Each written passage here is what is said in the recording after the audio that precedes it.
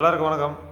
இனி நம்ம பார்க்க போகிற தலைப்பு வந்து ராவணன் ராமன் இவங்க அறிவியல் பூர்வமாக எந்த தத்துவத்தை உணர்த்துறாங்கன்னு அதை பற்றி இப்போ நான் பேச போகிறேன்.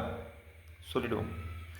ராமன்றது போன ஷார்ட்டில் நம்ம பார்த்தோம். ராமன்னா ஒரு அதிர்வலை, ஹனுமானு ஒரு அணுக்குள்ள ராமன்ற தத்துவம் வேலை செய்துன்ற ஒரு அதிர்வலை வேலை செய்துன்ற போன ஷார்ட்டில் நம்ம பார்த்தோம். இப்போ நம்ம என்ன பார்க்க போகிறோன்னா ராமன் ராவணன் இவங்க ரெண்டு பேர் யார், அதை பற்றி நம்ம பார்க்க போகிறோம். இப்போ ராமன்னா அதிர்வலை இவங்க தெரிஞ்சிச்சு, நான் சொல்லிட்டேன்.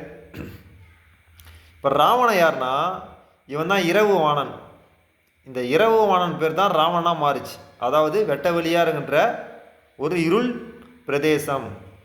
இந்த இருளில் தான், இந்த வெட்டவெளியில் தான் இந்த ஒளி அலைகள், ராம்ன்ற ஒளி அலைகள்லாம் இயங்கிக்கிட்டே இருக்குது. அதனால தான் வெட்டவெளிக்கு ராவணன், இரவு வாணன். இதனால் தான் அசுரர்கள்ன்ற குறிப்பிடுறவங்களோட உடை வந்து கருப்பாகவும் கொஞ்சம் கோல்டு கலர் பார்டராகவும் இருக்கும்.